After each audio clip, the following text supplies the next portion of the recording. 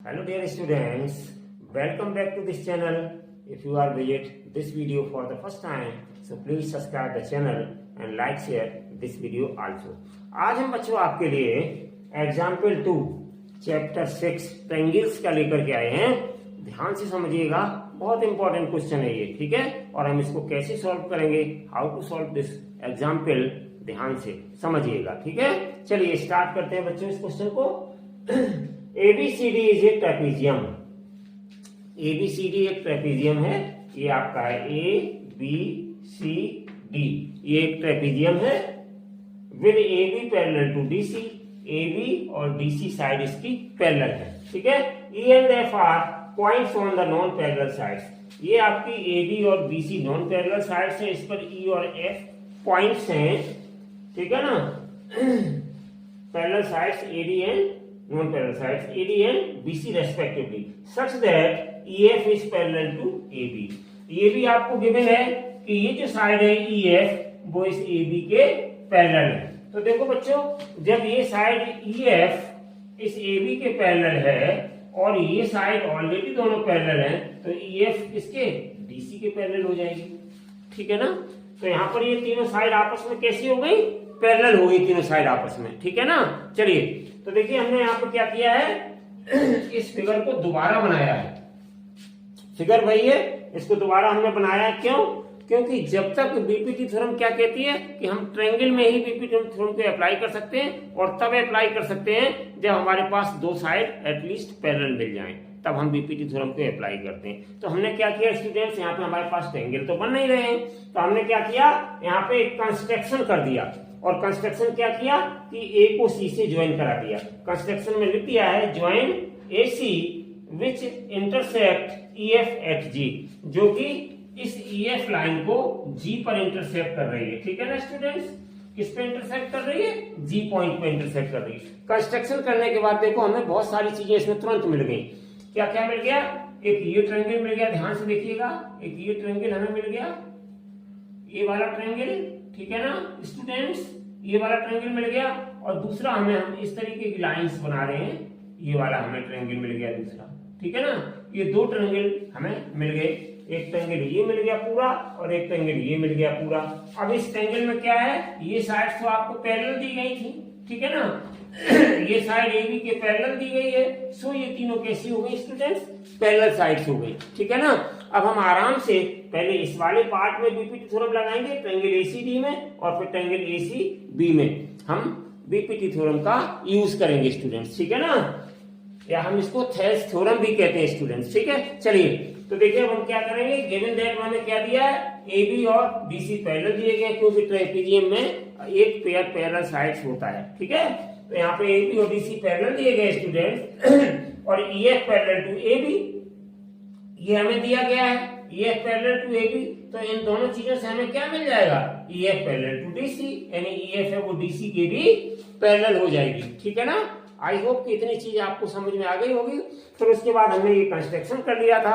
अब हम सबसे पहले क्या करेंगे, इस ट्रायंगल ADC में लेंगे। तो इन ट्रायंगल ADC, इस ट्रायंगल ADC में क्या हो जाएगा स्टूडेंट्स, ध्यान से देखिएगा, ये जो EG दिखाई दे रहा है, EG वो इस DC के पैरेलल हो जाएगा। EG पैरेलल टू BC क्यों हो जाएगा स्टूडेंट्स, इसलिए एस EF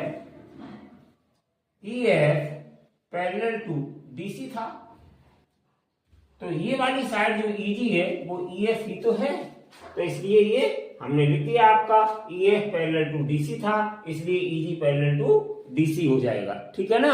चलिए तो बाई बीपीटी थ्योरम, अब हम इसमें क्या करेंगे, देयरफॉर कॉमा लगा दें, इसी में लिख देते हैं लाइन में, देयरफॉर बाई बीपीटी क्या मिल जाएगा इस बीपीटी से हमें स्टूडेंट्स, देखिए प्रूफ क्या करना है, AE by ED।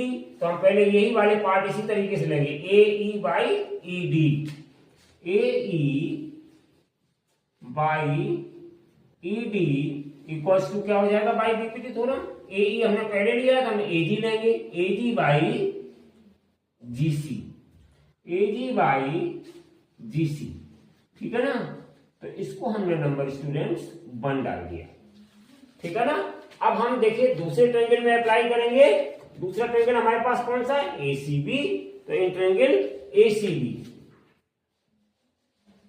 In triangle ACB, इस एसीबी में क्या है स्टूडेंट्स, ध्यान से देखिएगा, GF parallel to AB, GF parallel to AB. क्यों ये जीएफ और एबी पैरेलल क्यों हो जाएंगे, क्यों जीएफ वही साइड है ईएफ वाली, एस यहां पर दीजिएगा, as EF parallel to AB था, इसलिए ये पैरेलल हो जाएंगे।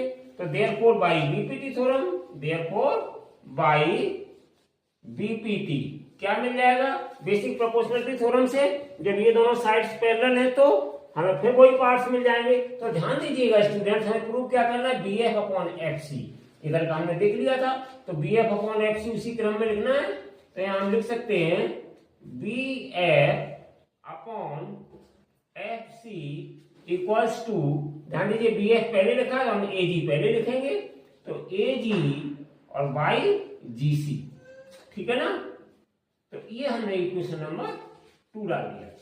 अब इन दोनों इक्वेशन को ध्यान से देखिएगा, इन दोनों इक्वेशन में students A G by G सी, ध्यान से देखिएगा, ए जी बाई जी सी ये क्या है आपका कॉमन पार्ट है दोनों में। तो अगर हम इन दोनों को कंबाइन कर दें रिलेशन को, तो क्योंकि A G by G C students A E by E D के इक्वल है और ये A G by G C B F by F C के इक्वल है। इसका मतलब क्या है, अगर हम दोनों रिलेशन को कंबाइन करेंगे तो A E by E D equals to B F by F C हो जाएगा, ठीक है ना। इसलिए क्योंकि ये ए जी बाई जी सी के इक्वल है और ये भी ए जी बाई जी सी के इक्वल है, तो by 1 and 2, by 1 and 2 gives क्या देता है हमें, A E by E D, A E by E D equals to क्या मिल जाएगा, B F by F C, ठीक है ना। ये दोनों पार्ट कॉमन है, सो जब कॉमन है तो ये इसके इक्वल है और यही चीज इसके इक्वल है, इसका मतलब ये दोनों आपस में इक्वल हो जाएंगे। तो यही स्टूडेंट्स हमें प्रूव करना था, ठीक है। बहुत ही इंपॉर्टेंट क्वेश्चन है, एग्जाम में एक आध बार पूछा भी गया, इस टाइप का बना के फिगर देते हैं कंस्ट्रक्शन की वजह से। तो ध्यान रखिएगा कि हमेशा बीपीटी थ्योरम ट्रायंगल में ही लगती है, वो भी तब जब उस ट्रायंगल में 2 साइड्स पैरेलल हो, ठीक है ना। तो यहाँ पे हमने 2 साइड्स पैरेलल, तो हमारे पास ये तीनों साइड्स थी, लेकिन ट्रायंगल नहीं था, ट्रेपेजियम था। तो हमने क्या किया, एक अपनी तरफ से कंस्ट्रक्शन किया।